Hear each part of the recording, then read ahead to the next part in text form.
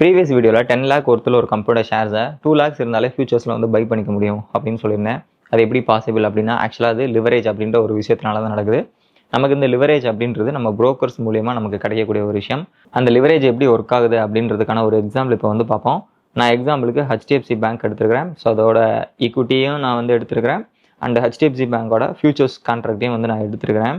So இப்போ HDFC பேங்கோட lot size அப்படின்னு பார்த்தீங்கன்னா நமக்கு 550 இருக்குது. ஓகேங்களா? ஸோ இப்போ நம்ம ஈக்விட்டியில் ஒரு 550 ஷேர்ஸ் நம்ம HDFCயில் வாங்கணும் அப்படின்னா, ஸோ அதுக்கான இன்வெஸ்ட்மெண்ட்ஸ் வந்து எவ்வளோ வருது அப்படின்னா, கிட்டத்தட்ட ஒரு 10.6 லேக்ஸ் கிட்ட வருது. ஓகேங்களா? ஸோ ஒரு 550 ஷேர்ஸை நம்ம ஈக்விட்டியில் வாங்கணும் அப்படின்னா, ஸோ இதே சேம் 550 ஷேர்ஸை நம்ம ஃபியூச்சர் கான்ட்ராக்ட், அதாவது ஜூன் கான்ட்ராக்டில் நம்ம பை பண்ணணும் அப்படின்னா, ஸோ அதுக்கு நமக்கு தேவையான இன்வெஸ்ட்மெண்ட் அப்படின்னு பார்த்தீங்கன்னா கிட்டத்தட்ட ஒரு 1.9 லேக் கிட்ட வருது. ஓகேங்களா? ஸோ அப்போது 10.6 எல் ஒருத்துள்ள ஒரு கம்பெனியோட ஷேர்ஸை ஃபியூச்சர்ஸில் வாங்குறப்போ நமக்கு ஒரு 1.9 எல் கிட்ட தான் வந்து தேவைப்படுது. பட் இந்த ஃபியூச்சர் கான்ட்ராக்ட்ஸ் அப்படின்றது பர்டிகுலர் டைமில் எக்ஸ்பைரி ஆகிடும். ஸோ இப்போ எக்ஸாம்பிள் ஜூன் கான்ட்ராக்ட் அப்படின்றது நமக்கு ஜூன் 26 எக்ஸ்பைரி ஆகிடும்.